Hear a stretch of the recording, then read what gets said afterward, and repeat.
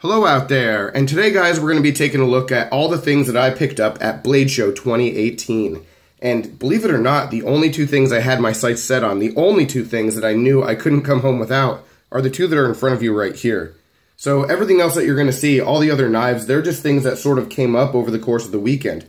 You know, things that popped up, and I looked at them and said, yeah, that's the one that I want to get. And that's really how I wanted to spread my budget around. I didn't want to have a list where I said, get this, get this, get this.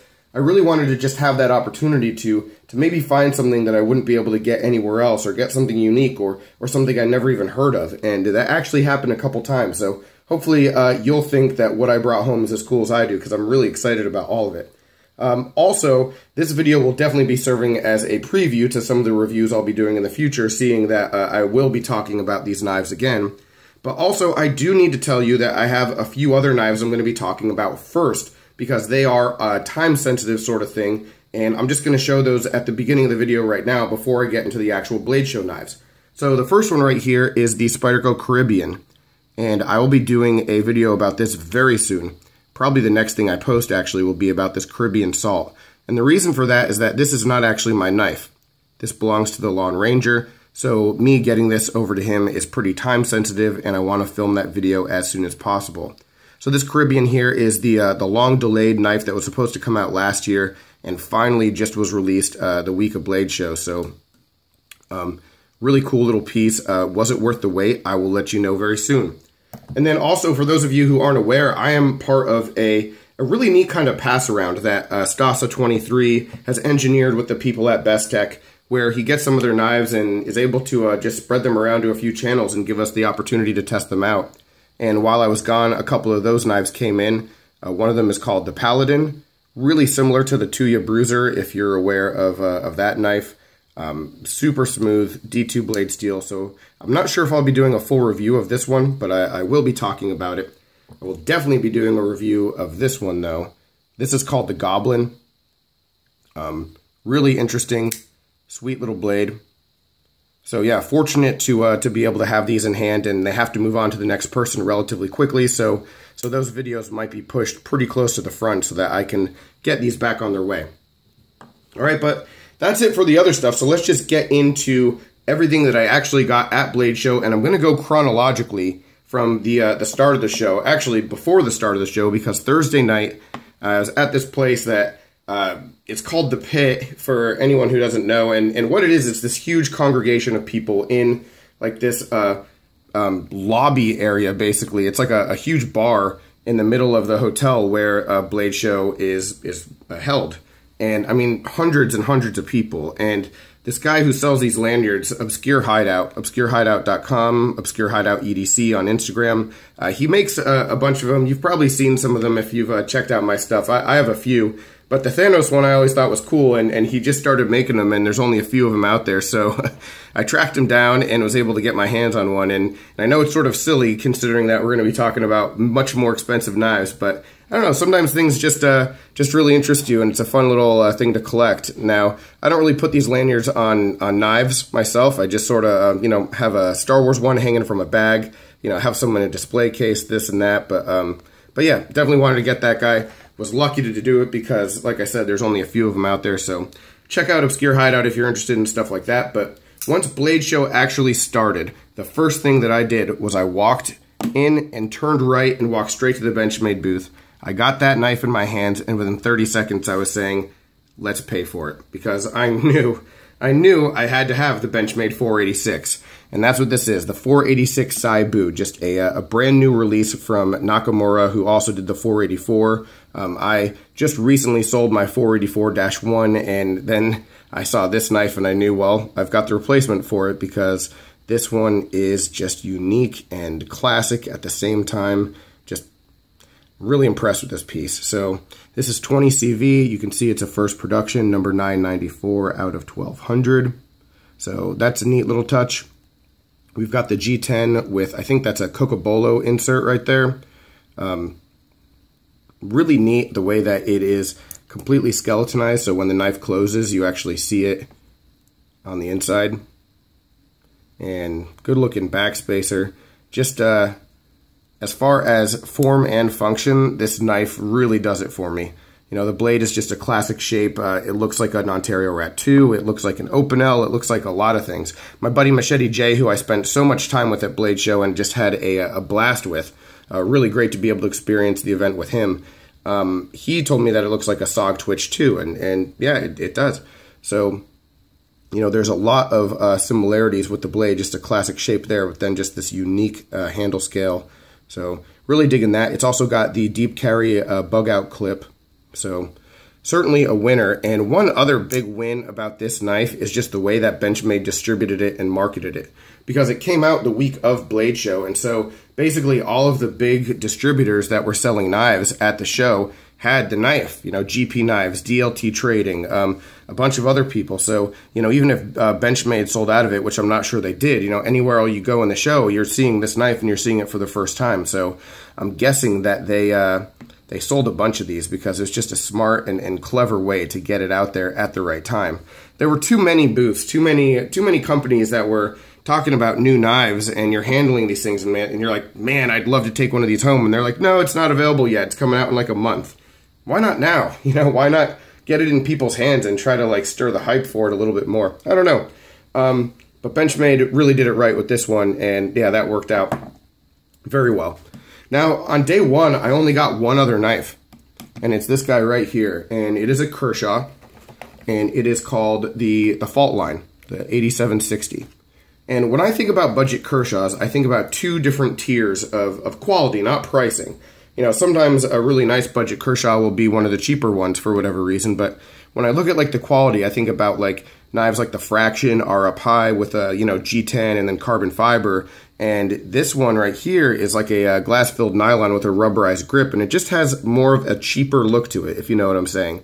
And that's not necessarily a bad thing, you know. I really thought, seeing this in like the SHOT Show videos, that this would just be a good beater knife, you know. Good beater knife, but it's on KVT ball bearings, so flips really nicely. And thought, yeah, you know, making a manual flipper at a really good $24 price point. But then I got this knife in hand, and check this out. Check how thin the blade stock is on this. So I'm just really interested to see how this knife actually performs and what, you know, the best application is for. It's got jimping all the way down the spine. So it really lends itself to having it in like this choked up kind of grip for fine detail work. So I don't know, I wonder what the best use for this is going to be and what kind of person is going to like having this knife the most, and how this 8CR13 MOV is going to retain its edge, just seeing that it is so thin. So we'll see about that. Really interested to see how it goes with this. All right, and then the only other pickup that I got on day one was a patch. It was a Darth Vader patch from a guy named Dead EDC. So check him out if you want to search him down and make some really cool Star Wars patches. But I mean, it's knives, it's Star Wars, so I really had to do it. And then starting off day two, it was the same thing, knives and Star Wars. I came across a Griffin Tool, which is basically the same one that I already have, except this is brass instead of the titanium one. And I guess I'm just going to swap mine out because, again, it has a Star Wars theme to it. This is a limited edition. So, yeah, figured this would be a good thing to pick up. And, yeah, fun little Star Wars thing. And I'm a sucker for that stuff. I would have spent way more money if I saw more Star Wars stuff, that's for sure.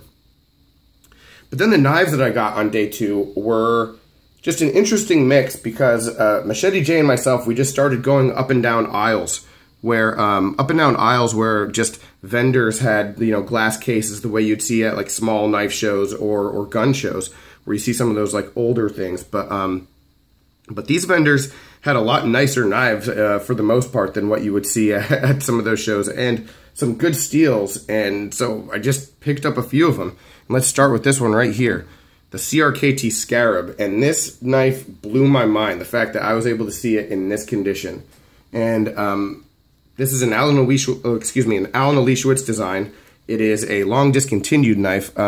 It was originally called the Scarab, but then due to copyright issues, it was renamed the Montu. I think it's Microtech that had the name the Scarab already. But the thing that's so unique about this knife are these handle inlays.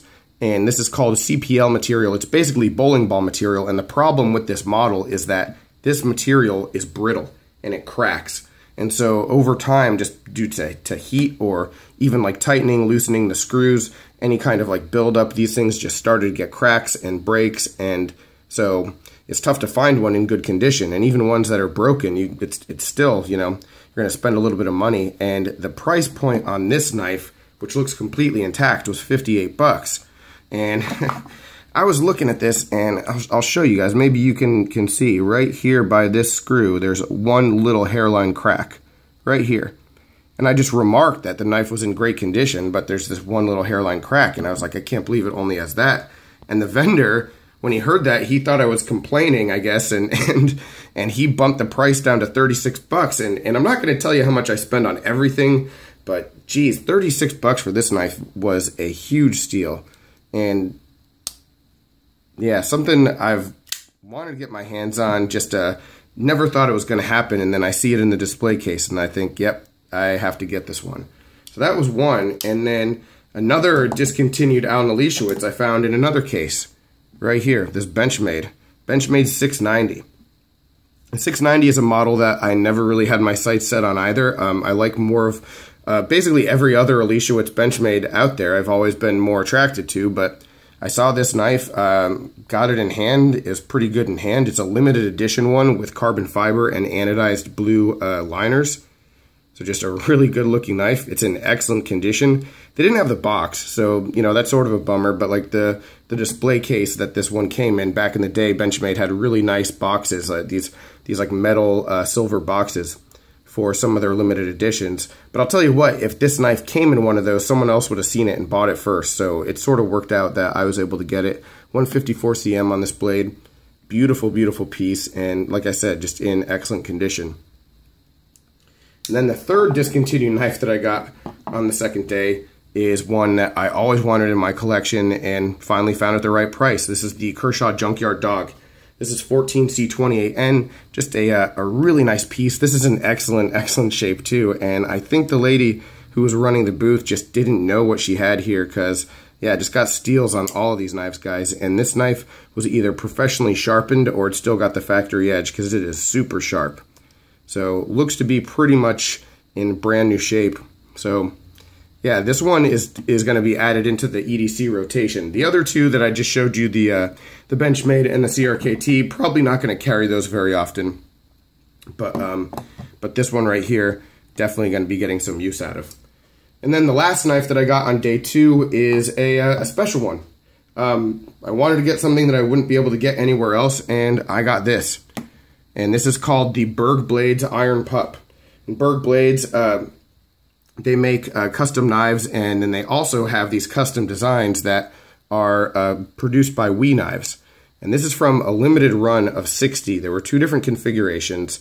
Me and Machete J both picked one up, and unbeknownst to us, Stasa and Copper Dice also bought one as well. So this was just one of those really good deals and a great, you know, custom kind of design and limited piece that sold out really quickly for these guys, and it's just beautiful.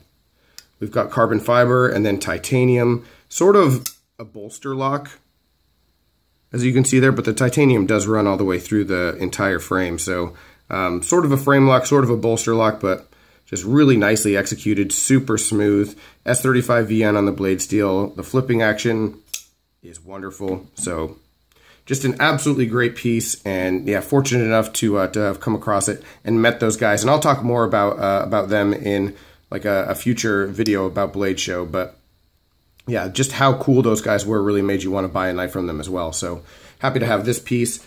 And that's it for day 2. And then day 3, I walked in and was just trying to hit a couple things before I left, because I had to get out of there early on day 3. And I walked over to the Browse Blades booth. And who was over there but Stasa23 shooting the shit with Jason Browse, and I went up and interrupted. And while I was interrupting them, I saw the knife that Stasa was holding, and it was this model. And I had no idea what it was. And I found out it's the Browse Blades Icon. It's not even really available yet. I don't think it's hit distributors. I think the pre-orders are being like sent out now, but they had some at Blade Show, and Stasa was handling one that was like this blacked out look but had a blue scale, and there was a purple scaled one but with a satin finish in the case. And I said, man, if you had the purple with a blacked out blade and blacked out frame, I'd have to get it. And Jason Browse reached down and grabbed one out, and I had to get it. So this is a collaboration between Browse and TJ Schwartz, and TJ Schwartz also designed the CRKT Caligo or Caligo. So just a really neat looking piece. Nice snappy action. Digging the D2 blade. The purple certainly gives it a flair that I like because purple's my favorite color.